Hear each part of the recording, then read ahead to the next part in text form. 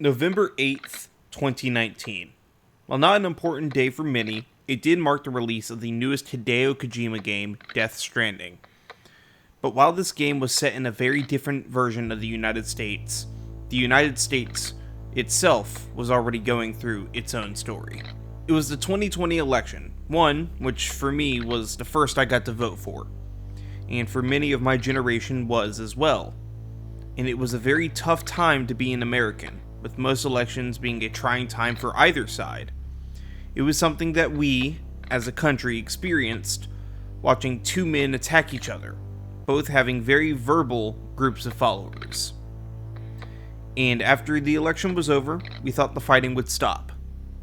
At least, for a while. But January 6th happened, a day where the very fabric of America was torn apart, and even now, 5 years later, we can still see the stitches made in the flag. We grew even more divided, and the amount of connections that individuals had began to slowly shudder, until they had completely stopped. In late March of 2020, a global pandemic made its way across the world, infecting hundreds of millions and killing millions in total. Blame was thrown around as we hadn't seen something this catastrophic in decades, which still wasn't the worst plague in history, which to this day is still the Black Death. But we as a people stopped making human connections. As we knew, if we made them, the plague would spread and it would become impossible to stop. And when I think about that time, I think about the games I played during the lockdown to feel connections with people, be it going through ancient Japan, stopping Mongols, or even seeking revenge on someone who killed a father figure of mine. But no game will ever make me feel connected like Death Stranding.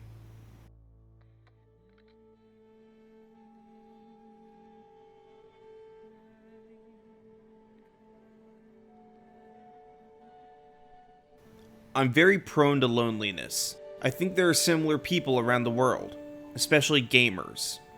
When they're alone playing video games in their living room, they don't feel like they fit into society or their community.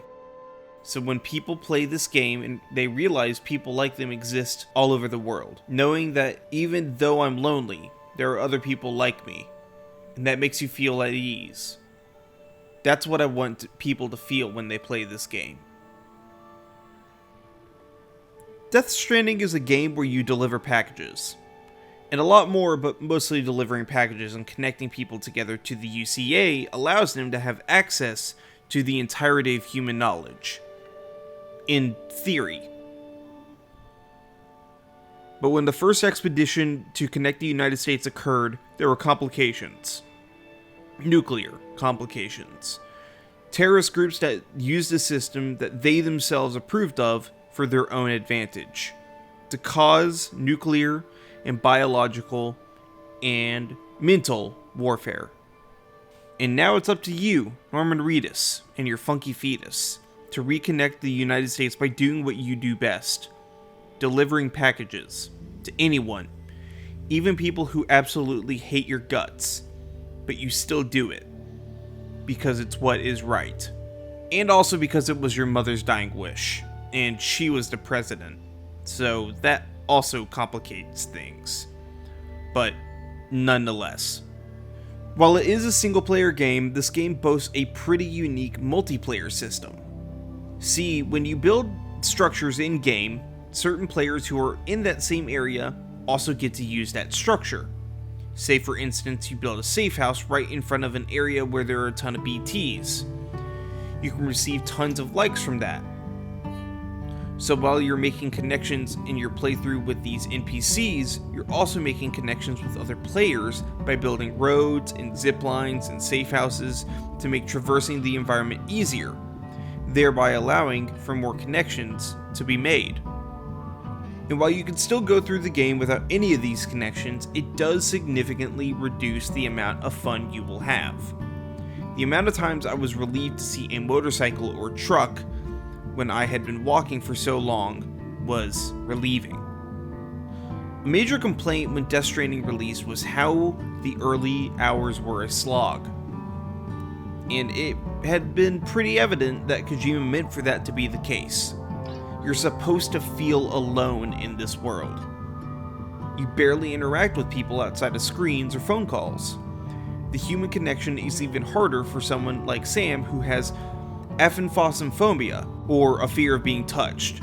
In reality, this is happyphobia.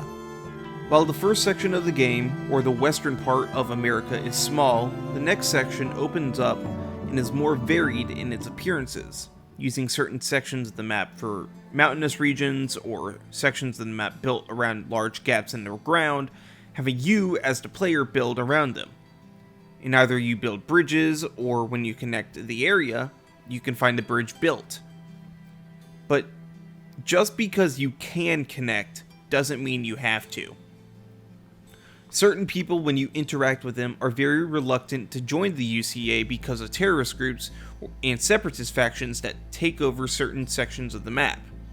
And while you can fight these groups, it is oftentimes just easier to sneak around them and not fight them.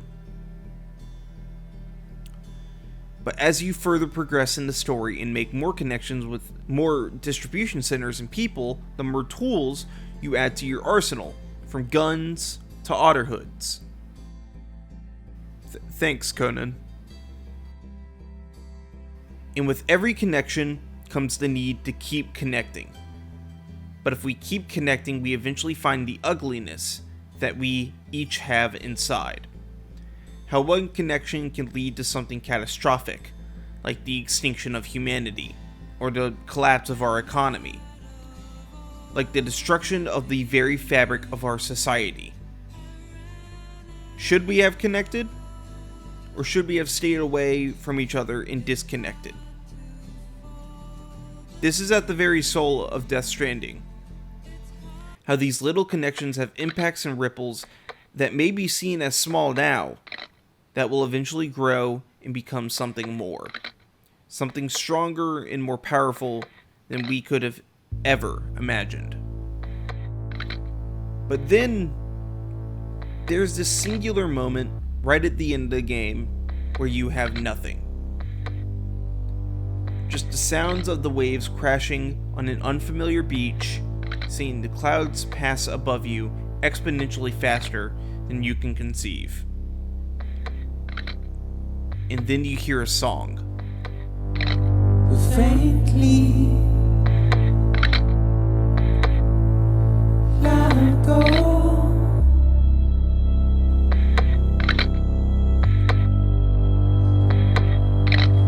Take these head on.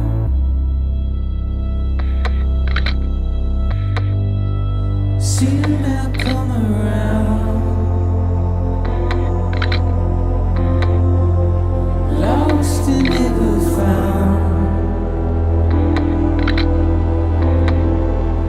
Waiting for my word.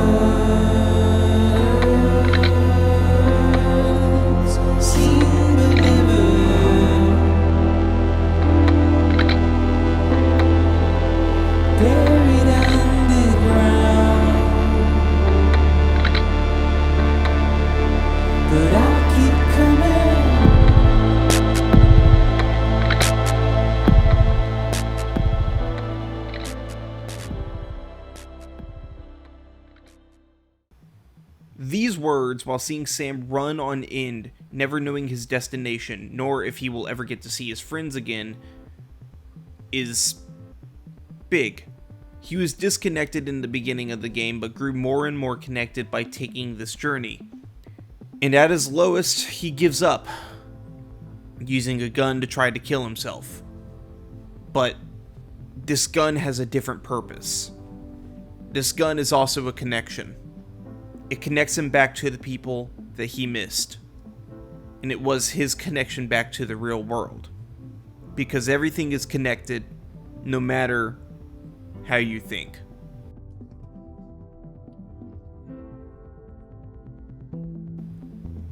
Everything is connected by strings and strands that tell us the truth of what we truly are.